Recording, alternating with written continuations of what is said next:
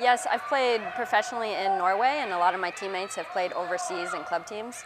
One of the first things you notice when you leave North America is that the skill level, the baseline for passing, first touches, is just so much higher than it is here. They just grow up on the ball so much more than we do that they start off with a big advantage.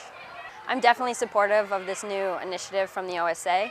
Every time I go and talk to kids, I tell them that they need more touches on the ball, just more time on the ball, work on your skills, work on your passing. That's the main thing for young kids to work on, and that's the time to work on it. Yeah, I think it would have made a difference for me if this had been in place when I was a player. When I started to make the national team, that's when I started really focusing on my passing and my first touch.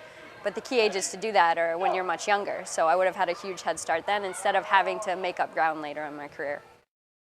I know personally I grew up with a different system, and I know all the people out there did, so there's going to be some skepticism in it, but I also know that those young ages are the key times for developing skills, and they're also not necessarily the times where it needs to be, Oakville versus Burlington big feud. Kids can have fun in practice playing small-sided games. You're still going to be competitive.